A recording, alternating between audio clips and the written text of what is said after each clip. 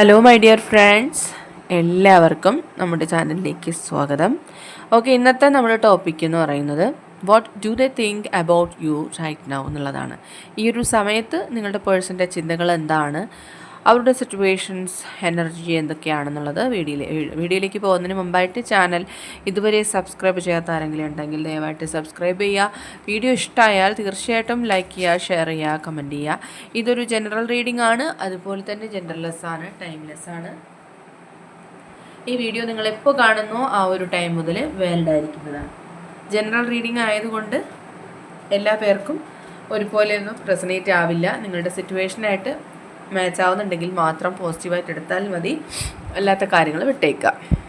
Okay, നിങ്ങൾ ഡീപ്പായി ഒന്ന് meditate ചെയ്യുക, കോൺസെൻട്രേറ്റ് ചെയ്യുക, പോസിറ്റീവായിട്ട് തിങ്ക് ചെയ്യുക. എന്നതിന് ശേഷം വീഡിയോ തുടർന്ന് കാണുക.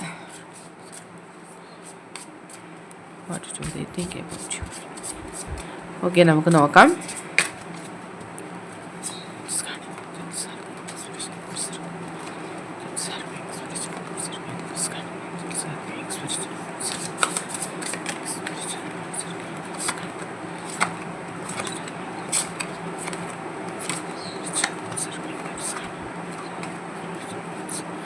ഓക്കെ, ഇവിടെ ഒരു ഹാർട്ട് ബ്രേക്കാണ് നമുക്ക് മാസ്റ്റർ കാർഡായിട്ട് വന്നിട്ടുള്ളത്. ദാറ്റ് മീൻസ് നിങ്ങൾ രണ്ടുപേരും വളരെ ഡീപ്പായിട്ട് പ്രണയബന്ധത്തിലായ വ്യക്തികൾ തന്നെയാണ്. പരസ്പരം ആഴത്തിൽ കൂടുതൽ മനസ്സിലാക്കിയിട്ടുള്ളതും അത്രയും ആത്മാർത്ഥമായിട്ട് പ്രണയിച്ചിട്ടുള്ളതുമായിട്ടുള്ള വ്യക്തികളാണ്. ഇപ്പോൾ എന്തോ ഒരു കാരണത്താലേ നിങ്ങൾ രണ്ടുപേരും ഒരു സെപ്പറേഷനിലേക്ക് പോയിട്ടുണ്ട്. പക്ഷേ ആ ഒരു സെപ്പറേഷൻ എന്ന് പറയുന്നത് രണ്ടുപേരെയും ഭയങ്കരമായിട്ടുള്ള വേദനയിലൂടെ കടന്നു പോകുന്ന ഒരു സാഹചര്യത്തിൽ എത്തിച്ചിട്ടുണ്ട് എന്നാണ് കാണുന്നത്.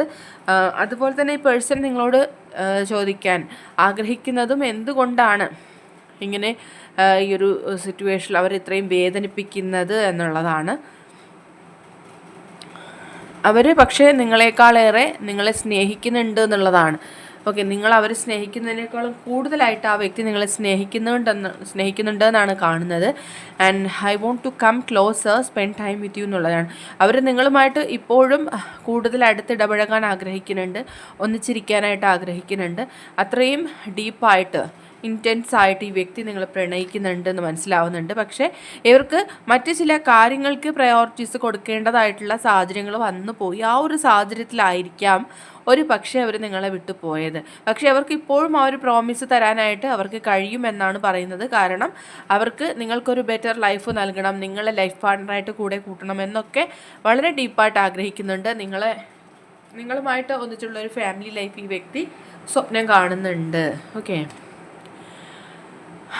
യെസ്, എപ്പോഴും അവർക്ക് നിങ്ങളെക്കുറിച്ചുള്ള സ്വപ്നങ്ങളാണ് ഉണ്ടാവുന്നത്. ഈ ഒരു മൊമെൻറ്റിൽ പോലും അവർ നിങ്ങളെ സ്നേഹിക്കുന്നുണ്ട്.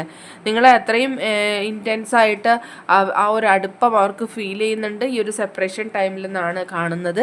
ആൻഡ് അതുപോലെ തന്നെ അവർ പറയാൻ ആഗ്രഹിക്കുന്നതും അവരുടെ ഉള്ളിൽ നിങ്ങളാണ്, അല്ലെങ്കിൽ നിങ്ങളുടെ ഉള്ളിൽ അവരാണ്. പരസ്പരം ഇത്രയും ആഴത്തിൽ മനസ്സിലാക്കിയിട്ടുള്ള ഒരു വ്യക്തികളില്ല. അത്രയും ഡീപ്പായിട്ട് ഈ വ്യക്തി ഇപ്പോഴും നിങ്ങളെ സ്നേഹിക്കുന്നത് കൊണ്ട് തന്നെ ഒരു പുതിയ തുടക്കം ഈ വ്യക്തി ആഗ്രഹിക്കുന്നുണ്ട്.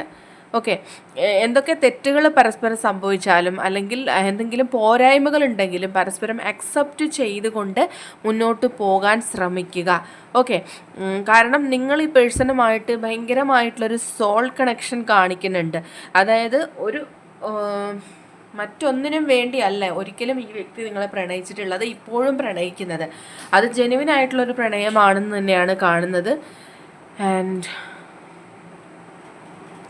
ഇപ്പോഴും ആ വ്യക്തിക്ക് നിങ്ങളുടെ കാര്യം വരുമ്പോൾ പൊസസീവ് ആവാറുണ്ട്, നിങ്ങളോട് അസൂയ തോന്നാറുണ്ട്, സെൽഫിഷ് ആവാറുണ്ട്.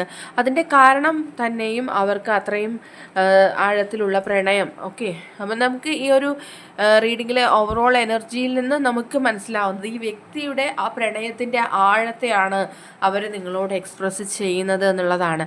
അതായത് നിങ്ങൾ ചെറുതായിട്ട് രീതിയിലൊന്ന് പിണങ്ങിയാൽ പോലും ഈ വ്യക്തിക്ക് സഹിക്കാൻ പറ്റില്ല. അത്രയും ഒരു ഹേർട്ട് അവർക്ക് ഫീൽ ചെയ്യുന്നുള്ളതാണ്.